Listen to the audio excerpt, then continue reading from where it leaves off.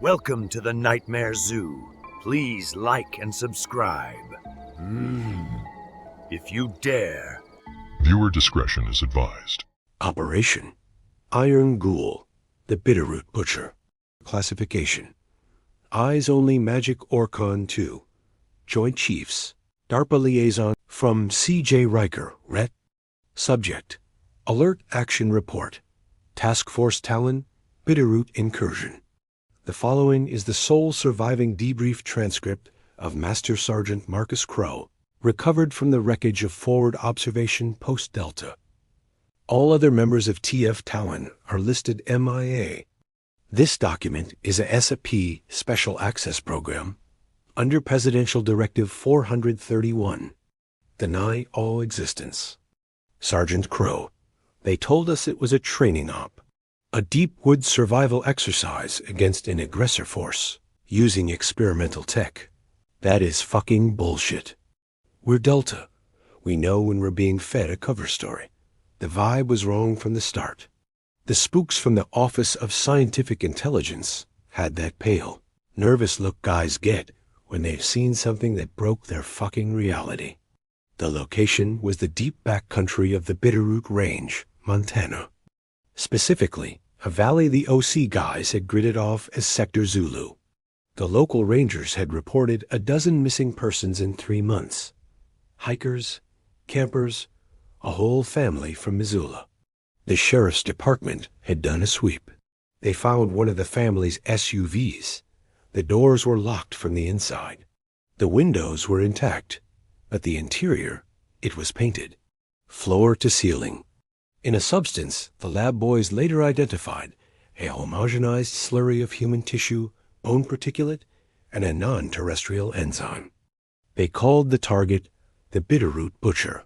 The OC file was thin. Described massive bipedal locomotion, localized gravitational and sonic anomalies, and extreme biological aggression. The file photos were blacked out. The audio file attached was just 3 seconds of a recording from a ranger's body cam. It was a sound like a whale being fed through a wood chipper, followed by a high-pitched, chittering scream that made my teeth ache.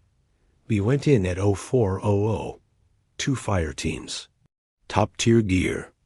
4 south-chambered in .458 SOCOM for stopping power. Experimental XM-25 airburst launchers. We were confident. We're the tip of the spear. We found the first camp 2 clicks in. It was a scene from a slaughterhouse designed by a madman. 3 tents were still standing. The occupants weren't. They'd been processed. Their bodies were pulled apart and woven into the trees like grotesque Christmas decorations, limbs and ligaments stretched between branches to form a horrific web. Their skin was peeled off and laid out on the ground in a perfect bloody circle. In the center of the circle was a pile of their internal organs, neatly sorted by type. Hearts in one pile, livers in another. It was precise, methodical, not an animal. A collector, Staff Sergeant Doc Hollis, our medic, vomited into his gas mask. "What the hell does this, Cap?" he gasped. Before I could answer, the world warped. The air got thick, like wading through syrup. My ears popped violently. A low-frequency hum vibrated through my bones, making my vision blur. Our comms erupted into a screech of static. Then it came. It didn't emerge from the trees. The forest parted for it. 30 feet tall if it was an inch. Its skin was the color and texture of a week-old corpse, a mottled grayish-green, slick with a viscous black fluid that dripped and sizzled where it hit the ground.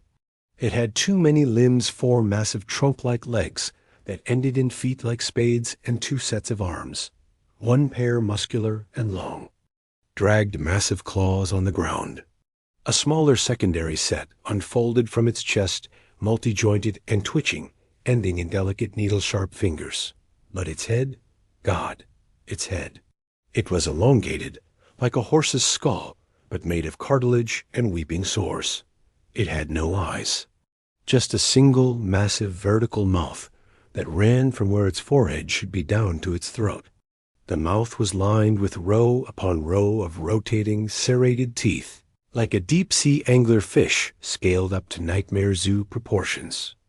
A mouth constantly gnashed and ground, drooling a thick black saliva. It moved in a series of jerky, stop-motion teleports, flickering in and out of existence for split seconds, covering 50 yards at a time. The hum was its footsteps. It wasn't walking. It was distorting gravity to pull itself forward. "Open fire," I screamed. The valley erupted in gunfire. The .458 rounds hit its torso and did nothing. They sunk into the blubbery hide and were absorbed, the wound sealing shut with a wet, sucking sound. Jenkins fired the XM-25. The 25mm airburst round exploded right on its chest. The creature staggered, a chunk of its torso vaporizing into black goo. For a second, I thought we had it. The creature's vertical mouth opened wide, and it didn't roar. It screamed. The sonic blast was a physical force. It hit Jenkins first. His body didn't just fall apart. It pulverized. He became a red mist. The blast wave threw the rest of us off our feet. My ribs cracked against a tree. It flickered. 1 second it was 50 yards away. The next it was standing over Corporal Valdez. Those smaller, needle-fingered hands shot out, moving faster than a cobra strike. They didn't tear him apart. They tapped him on the helmet. A high-pitched ping sound. Valdez's body instantly liquefied inside his armor. His gear collapsed into a messy pile, blood and mush pouring out of the seams. The butcher's primary arm clawed through the pile, scooping up the slurry of what was left of Valdez and bringing it to its gnashing mouth. It was feeding. It was a turkey shoot, a massacre. We were ants trying to fight a goddamn bulldozer. Ramirez tried to flank it with a Laws rocket. The creature didn't even turn.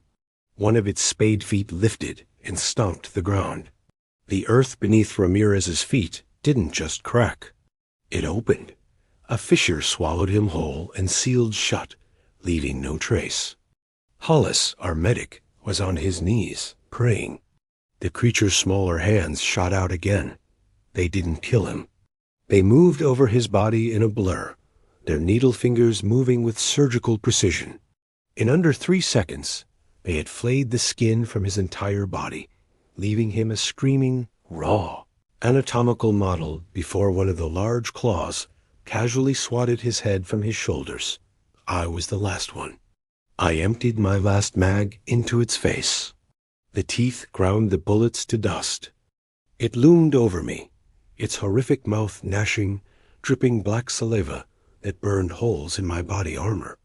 The stench was overwhelming, a slaughterhouse crossed with an ozone generator. It leaned in close. I could see down its throat, a spiraling pit of endless teeth. It didn't kill me. It let out a soft, gurgling chitter, a sound that wasn't made for human ears. And in my head, I didn't hear words, but I understood a concept. A single transmitted thought, cold and alien, and utterly terrifying. Harvest, catalog, await collection. Then it turned. It flickered, vanishing back into the deep woods, leaving me alone in a clearing of absolute carnage, surrounded by the rendered remains of the best men I've ever known.